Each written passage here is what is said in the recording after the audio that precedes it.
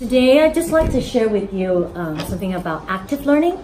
Active learning means that the students are actively doing something when they're learning instead of being spoon-fed, just one-sided. So just want to share a few things, and as I'm sharing, I'm going to ask you guys to actually do the thing that I'm sharing. So I might need someone to sit on that side with Wayne to be his partner. Oh, okay. Yeah, so if David can go, and then you can be Patricia's. Okay, so if you guys have your Bible, please take it out.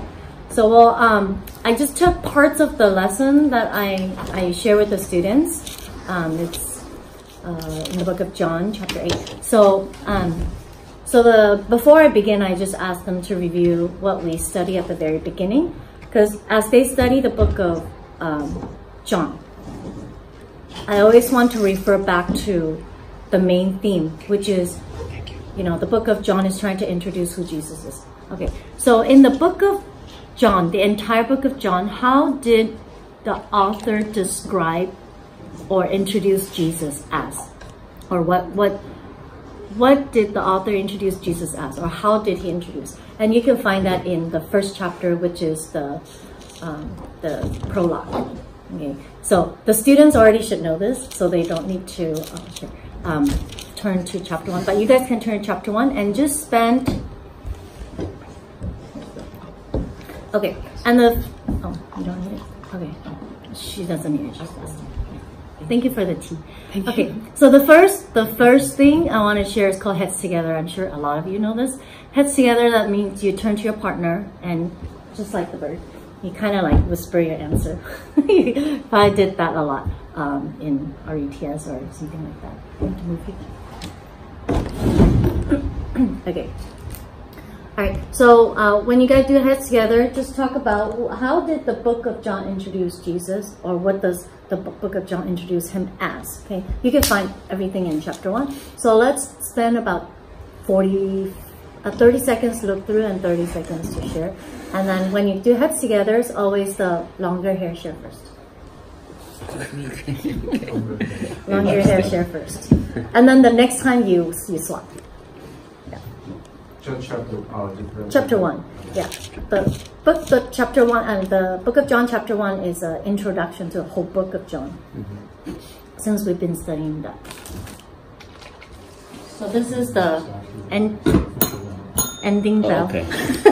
It's like you take 10 seconds to finish your sentence when you hear the thing. Okay, so in the book of John, some of the ways that it's introduced. So usually I would have them report. And then when you ask people to report, as I mentioned last week, you don't want it to do the same thing every time, right? So and you don't want them to know who is reporting. So I give them different instruction of who is reporting.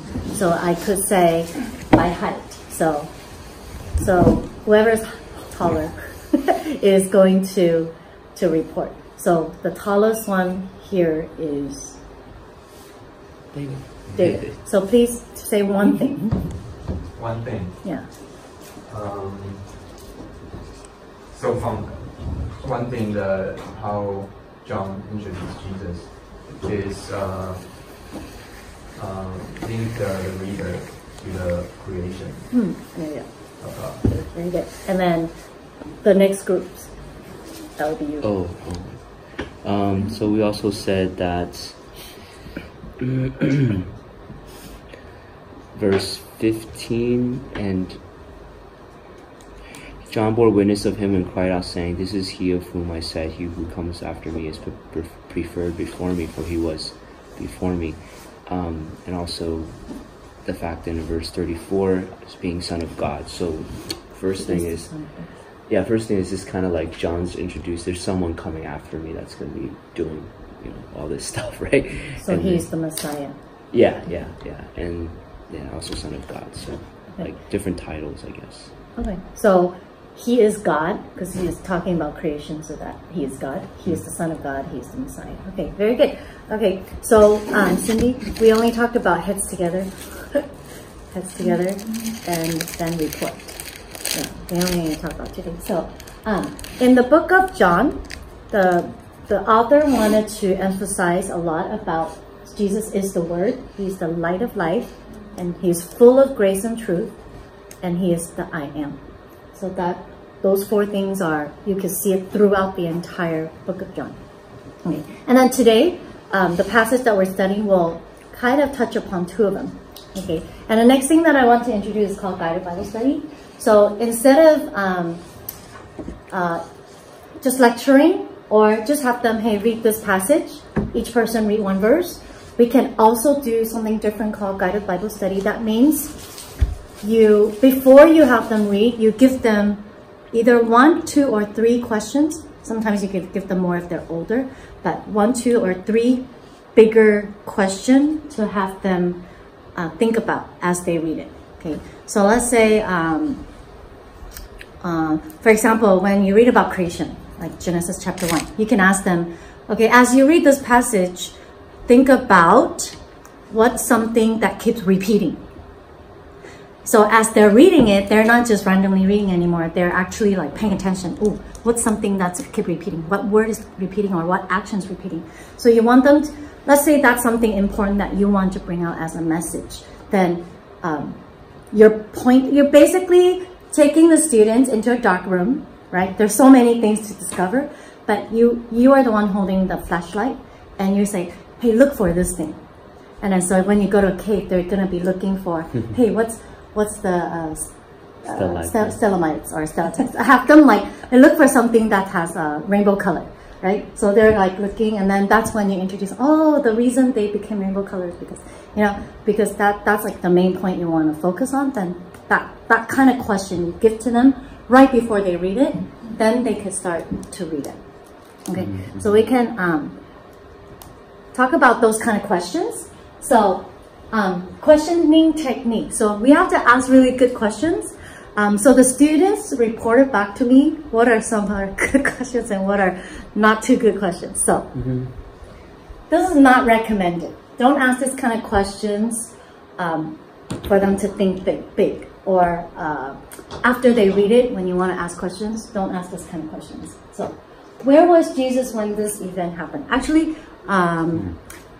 before I go into these questions, go ahead and spend, let's see,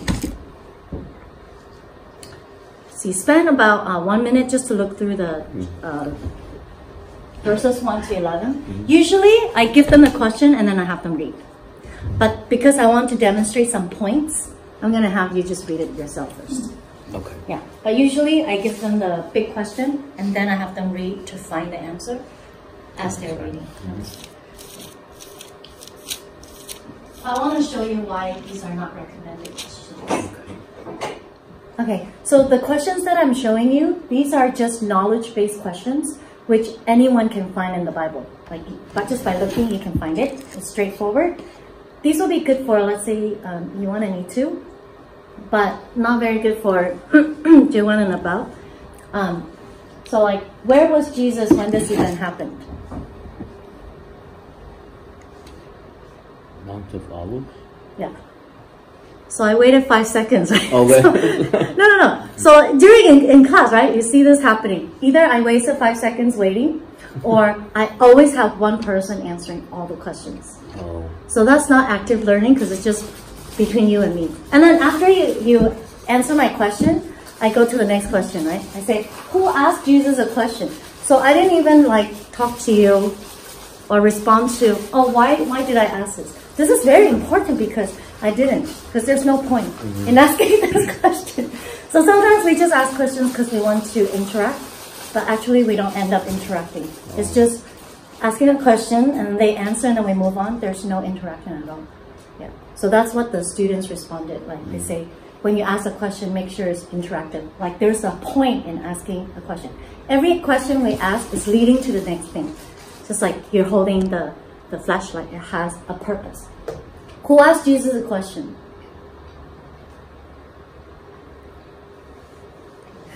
Another 10 seconds. So this is what happens. The scribes and Pharisees, thank you. And then there's, again, no point. I'm not following up with it, right? So these are not recommended questions. These what did the Pharisee and scribe ask Jesus?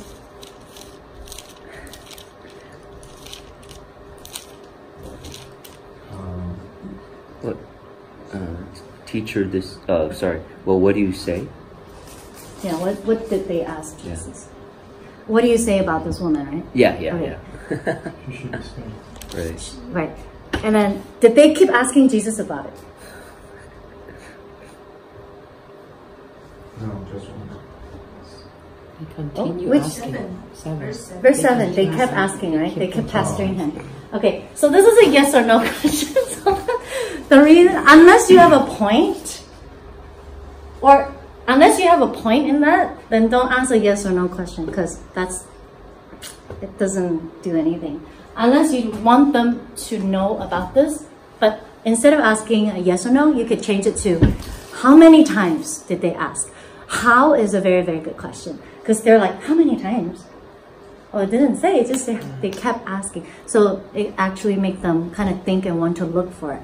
And so that's the kind of question, if you have a point, then you can put it in your guided Bible study question before they read the passage. But the question needs to be written how many times?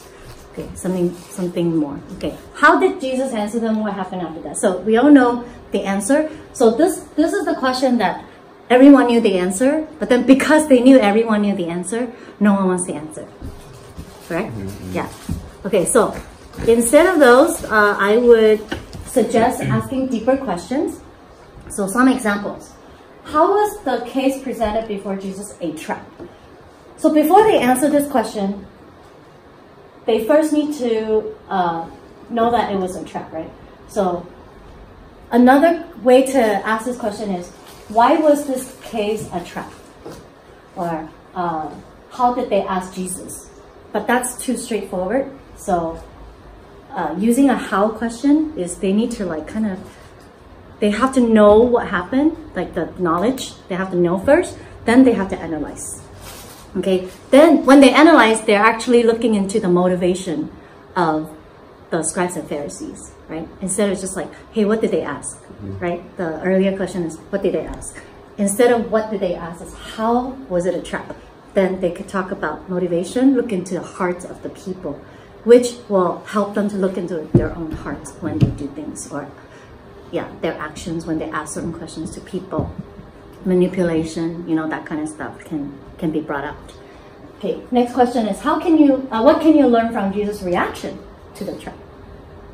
So again, you can learn from, I really like to use this phrase, what can you learn from blah, blah, blah. So in order to answer this question, they need to know what Jesus did, right? Which is the basic question earlier. What did Jesus do? Correct?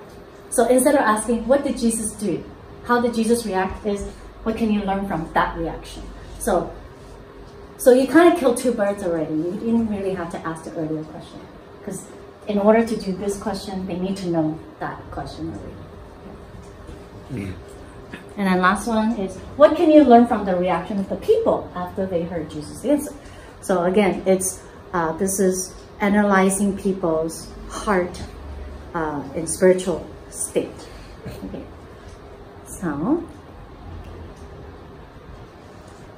Okay.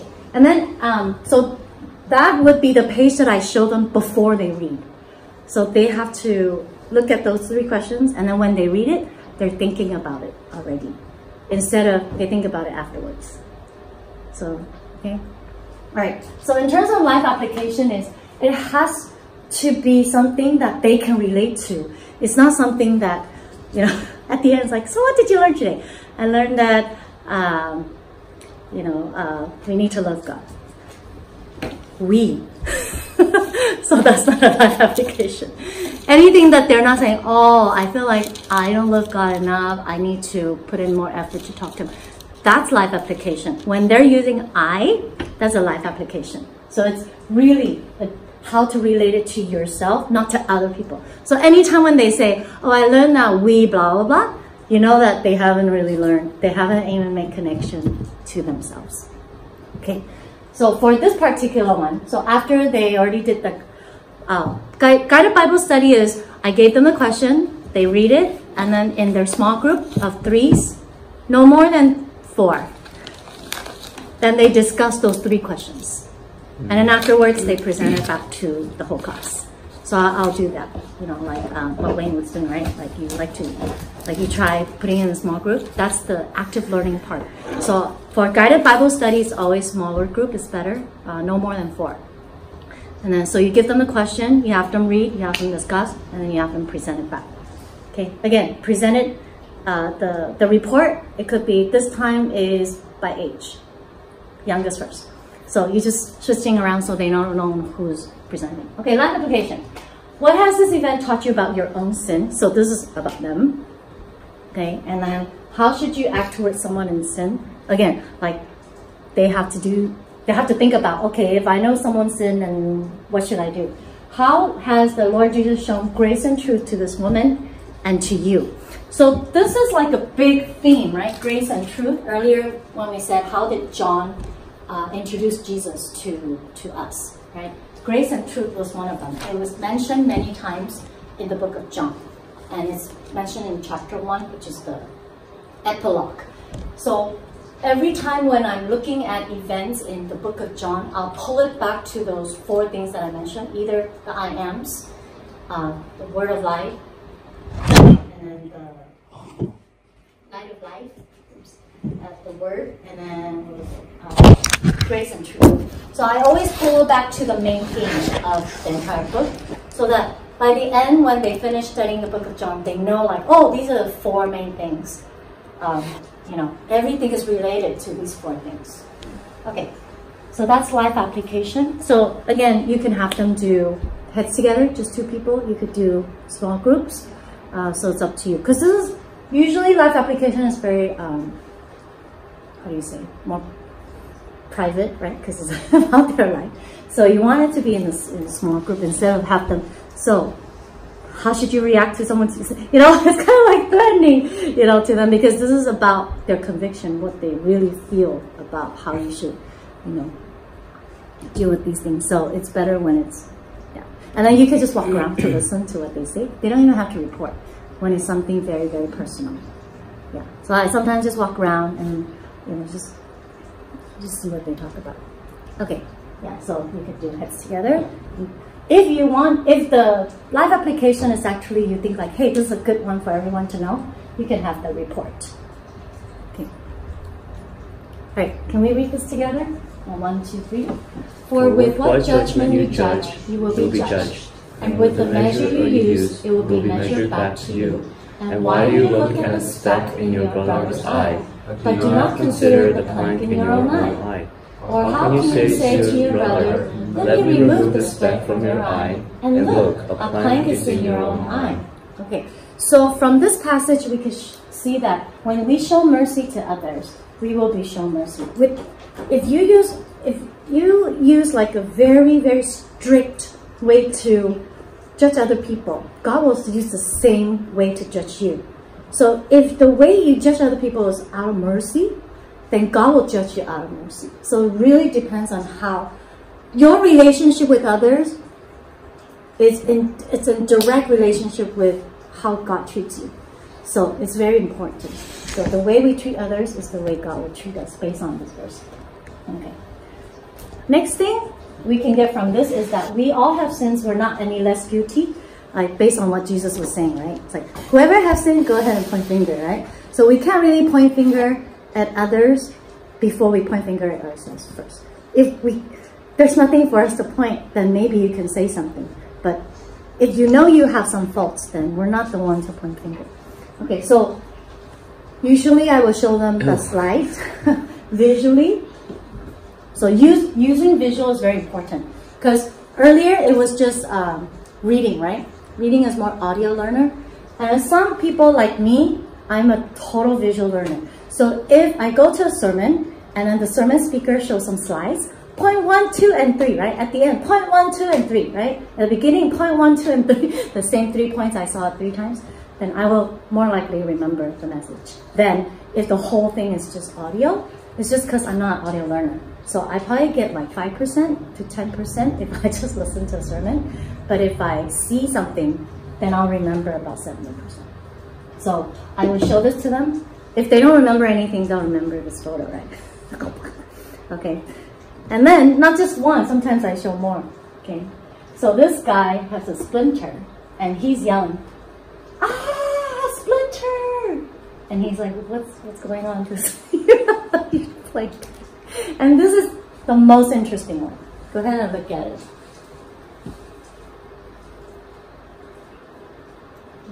Do you understand what happened? Yeah. So what's the irony here in this visual? We all have faults. What's the funny thing about this? What's different from this one video? He's a priest?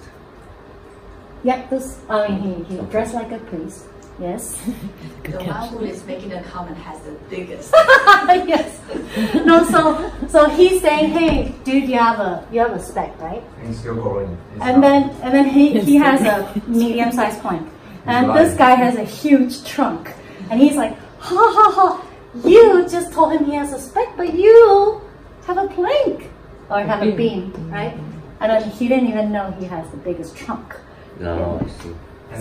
And also even it's growing, you guys still have leaves. So as he's talking, so he's actually growing his tree.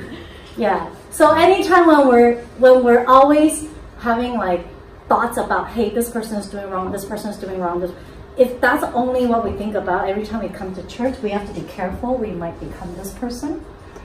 If once in a while we keep seeing things that irks you, you might be this one. Okay. If you're kind of clueless, you might be this one. You don't see anything. Okay. So just be careful before we point fingers. And this guy is pointing. Okay. So visual will really help them a lot. Okay. So let's read this together. This is what Jesus answered the woman, or react to the woman after everyone's done. Ready, set, go. Neither do I condemn you. Go and sin no more from now on. And in another case, Jesus said this, but it's very similar. So let's read that together. 1, 2, 3. See, you have been made well. Sin no more, lest a worse thing come upon you. Okay, so my question to you is, how did Jesus deal with people with sins? Okay, heads together, please. So this time is the shorter hair. Okay. Oh. Okay. So Daniel can listen to based on these two verses, how did he deal with people with sins? That helps the bell. Okay, so you guys can share. Let them share real quick. And since because of time, I want to move on. Okay. So what I see is mercy and justice. Another word in the book of John. How did the book of John describe mercy and justice? What's the other words? Grace and truth. Yeah. Because I kind of introduced that at the very beginning, right? And then earlier I talked about grace and truth again. And now back to grace and truth again. So Jesus showed her grace. I don't condemn you, right? But he also brought her the truth, which is the more important part, right? Because now eternally she can have life. Same thing over here. You have been made well. So Jesus healed this man. But then he gave him the truth. Sin no more, unless something worse comes to you, which is the spiritual part of it. So what is our part in dealing with people with sin? How should we deal with people with sin? So I had the kids talk again. And then, so let's read it together. When we're correcting others. 1, 2, 3, read. And a servant of the Lord must not quarrel, but be gentle to all, able to teach, patient, in humility, correcting those who are in opposition. If God perhaps will grant them repentance, so that they may know the truth, and that they may come to their senses, and escape the snare of the devil, having been taken captive by him who do his will. Okay, so there are many verses in the Bible that talks about how can you deal with people in sin, but this is one of the ones, if I want to focus on this, I just use this verse instead of using 10 different ones. I'm like confused though, okay? Because I want them to focus on grace, showing mercy. So, as servant of God, gentle, able to teach, patient, and when we correct someone, has to be in humility. So we can't stand on a higher plane and then say, hey, you know, you've done something wrong. Instead, we're in the same plane because I sin too, you sin too, so we're the same. And then with gentleness, bring them back. In humility, let them know what they have done is hurting themselves. So they could really tell it from your tone when you talk to them, when you correct them. Okay, so that's showing grace. So, but that's not the end of it. The main purpose of correcting them is so that they can know the truth. That's the motivation, and this is the way to do it. So these two things have to go together. So when we're showing the truth to other people, must be done with grace. If any time, if you think about times, either your own experience or in the Bible, if they show the truth not in grace, it doesn't go well. It doesn't turn out well. Or not hurting people, you know, people don't want to come to church anymore. No, we hear a lot of things like that, right? Because we didn't do it with grace. Okay? But there's also the other extreme. Because we show them so much grace, but we don't tell them the truth. That's also not good for them. So these two needs to be in balance. The motivation is we want them to know the truth. The way to do it is with grace. So gentleness, humility. That's our part of sharing the truth.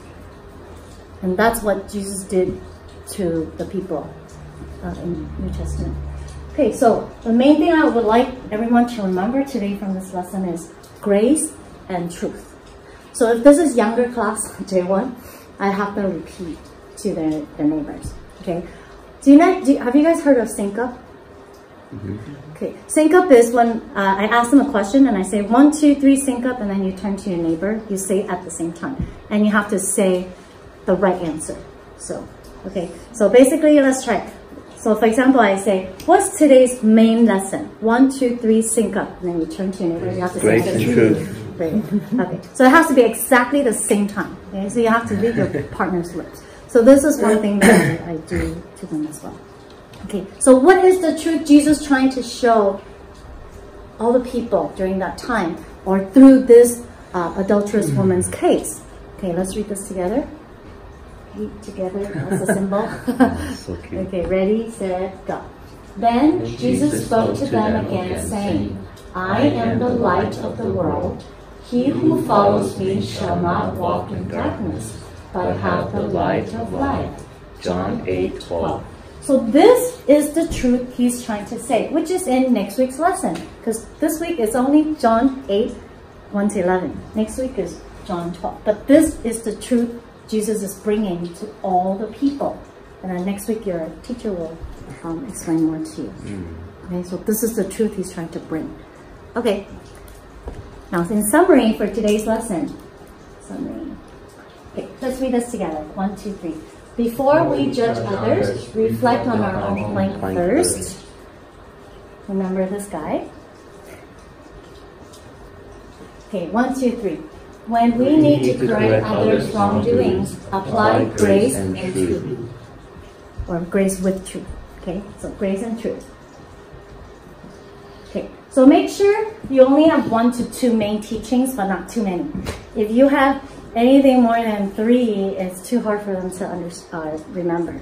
So I wanted them to remember your own plank before you point fingers, and then remember grace and truth. If you want to tell somebody the truth, you have to do it with grace. Okay, so let's do heads together. What did you learn today from John chapter 8, verses 1 to 11? Heads together. So now it's the last week I taught the 7 I Ams review. So I had the students in small group do 1 to 2 of the I Ams, and then I gave them the questions, just like I showed before. When did Jesus say this phrase? What's the spiritual teachings? What human need does it fulfill or fill with this particular I Am? And then how can we obtain this blessing of this I Am? And then rate how much you need it. So I have, when they do the presentation, a lot of times the students are talking among themselves or they don't pay attention when other people are reporting.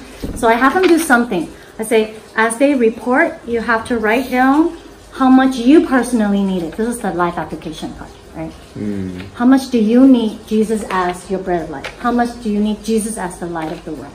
How much do you need Jesus as the... So they put down how much they needed. So I collected at the end, and I just looked through it. So most people actually need the light of the world, our senior class students. They feel like they're struggling with a lot of sinful nature, so they really need Jesus as the light of the world to come into their heart. I also have them go around and tell me what they learned, and then and what they need. And then, so they already said it, so I kind of know who said it, but then I also have this as a reminder, so I can look through what about the other items. Yeah, so that's something you guys can do too, is that for active learning is when people are reporting, you can have them write down something that you want them to write down and then turn it into you. Yeah. So for those posters, you just have them to do it. You just prepare the material and give them instruction to make a poster and then give their presentation. Correct. But then when people give presentation, usually other students don't pay attention. So I have to assign them something to do.